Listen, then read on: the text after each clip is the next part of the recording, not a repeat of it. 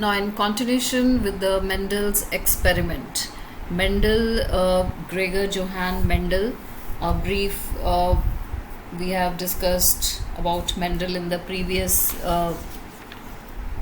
presentation.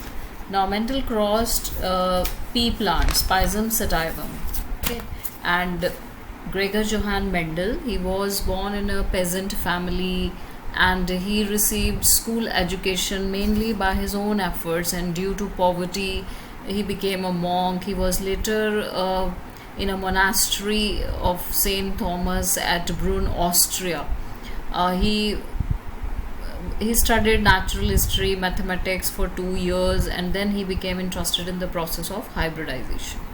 So he worked as a teacher of physics and natural history in a school, and then in 1865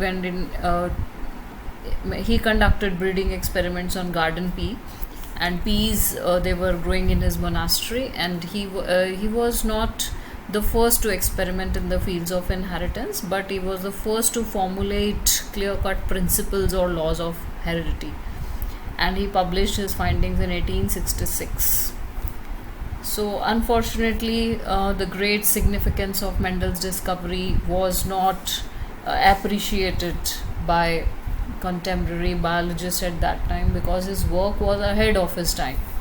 So Mendel's experiment, he worked on garden pea, edible pea plant, Pisum sativum. He selected this plant because of the reasons that they are found different in certain definite and easily detectable traits, and these traits of each kind of pea plant were preserved in generation after generation, because the plants had bisexual flowers and normally resorted to self-pollination. Artificial cross-pollination or hybridization could be easily achieved by removing the stamens, that is emasculation, from the pollen grains matured and dusting the pistil of this flower. Now here pea plants, they being annual, had a short life cycle, and that results could be within a year, and they produced mainly seeds in one generation. So Mendel worked on pure and true breeding traits. So in his monohybrid cross, he crossed tall and dwarf plants. So why we call it monohybrid cross? Because mono related to one pair of genes that he was studying at a time, that is tall and dwarfness. So in the parent, P stands for parent here. When tall plants, they are crossed with the dwarf plants, this is the phenotype expressed here, and this is the genotype. G stands for genotype here. So 2 capital T and 2 small t, these are the alleles that we have discussed, and these both are homozygous. So when the gametes are formed at the time of pollination and then the ovum formation, in the both the one is male plant, another is female. So here the gametes, when they are produced, so type of gametes they are produced here. So in the first generation, he has seen what are the possibilities of the next generation. That is, in the first generation, he found that all plants are tall. So all were tall. Why? Because here T stands for the dominant trait and small t stands for the recessive trait. So only tallness appears in the first generation. So Mendel was wondering where the dwarfness has gone. So what he did is selfing. He self-crossed these plants.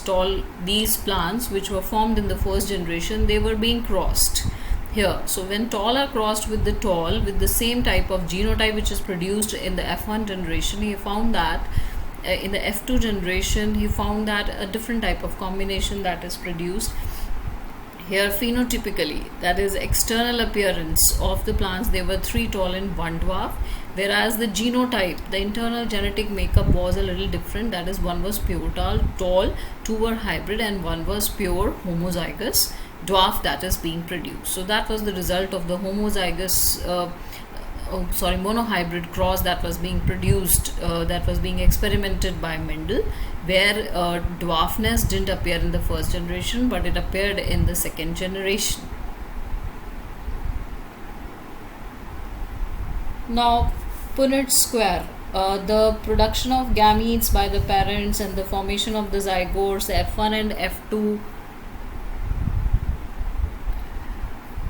The F1 and F2, they were generally understood with the help of this diagram, which is called as a Punnett square. Now, it was developed by British geneticist Reginald C. Punnett, and it is a graphical representation. So, what is the Punnett square? It's a graphical representation to calculate the possibility of all possible genotypes of offsprings in a genetic cross. The possible gametes are written on two sides. So here generally we write the gametes, and then these are the possible formations which are being produced in the, so all possible combinations, they are represented in the boxes, and we get the output from them. Now, test cross. Now here what happened is the Punnett score shows the parental tall or dwarf and the F1 plants of the genotype and self-pollinated, and various symbols they are being used, gametes of the phenotype in equal proportion, and when fertilization takes place, the pollen grains of the genotype 50% they pollinate eggs of the genotype, and pollen grains of the genotype they are being produced in the F2. Now from the Punnett square we can easily find out the ratio of the output that is being produced. So Mendel, when self-pollinated F2 plants and found that the dwarf F2 plants continue to generate dwarf plants in the F3 and F4 generation, he concluded that the genotype of the dwarfs was homozygous. Then what he would have got had he self-pollinated the tall F2 plants. जो F2 plants में F2 tall plants आए थे, अगर उनको self-pollinate करते तो क्या आता? So then he proceedings and the paragraphs, it is clear that the genotype ratios can be calculated using mathematical probability by simply looking at the phenotype of the dominant trait. For example, when a tall plant from F1 genotype,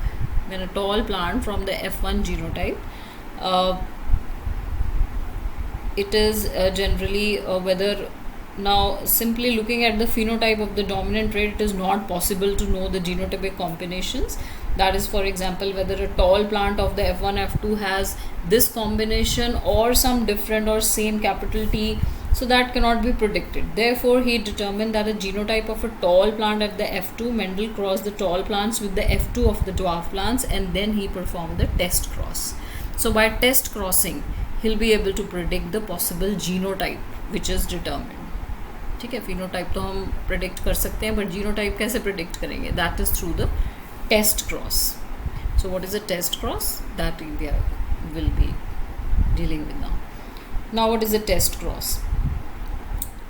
In a test cross, an organism or a pea plant here showing a dominant phenotype, a plant with a dominant phenotype is crossed with the homozygous recessive. So these are homozygous recessive, they are written with a small letter. So in a typical test cross, an organism like pea plant here showing a dominant phenotype, these are the dominant phenotype where capital represents the dominance here, and the genotype which is to be determined is crossed with the, they are generally crossed, and then so I'll repeat again, in a typical test cross, and a dwarf plant here we call it a test cross organism showing a dominant phenotype whose genotype is to be determined is crossed with a recessive parent, and now these are the recessive parents. Now when they are crossed with the recessive parent instead of self-crossing, the progenies of such a cross can easily be analyzed and predict the genotype of the test organism. So here results of a test cross, here we say that here violet flowers, we can say here the violet flowers, they are crossed with the white. So capital W stands for violet and small w stands for white.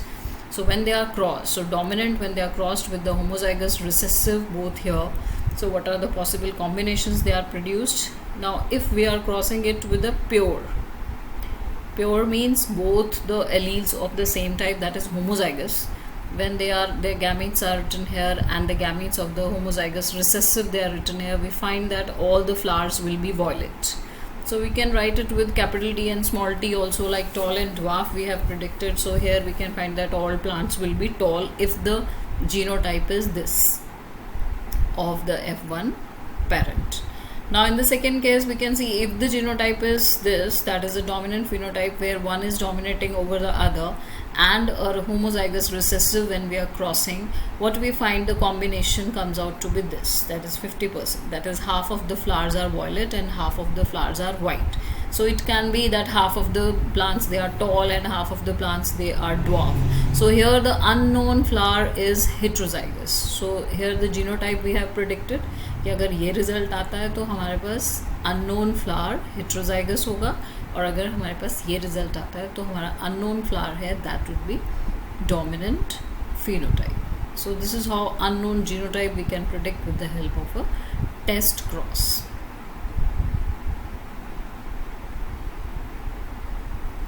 Now, on the basis of all these experiments, monohybrid crosses, Mendel proposed two general rules to consolidate his understanding of inheritance in monohybrid crosses. Today, these rules are called as principles or laws of inheritance.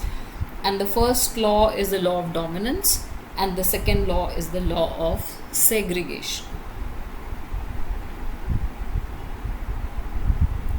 Now, in the law of dominance, characters, they are controlled by discrete units called factors. Today we call it as genes. Now these factors or these genes, they occur in pairs. They can be homozygous or they can be heterozygous, as I've told you before. And in a dissimilar pair of factors, one member of the pair dominates over the other, like capital T and small t, or capital W or small w. Capital represents the dominance over the other. So the law of dominance is used to explain the expression of only one type of parental character in a monohybrid cross in the F1, and the expression of both in the F2. So it also explains the proportion of 3:1 ratio that is obtained at the F2.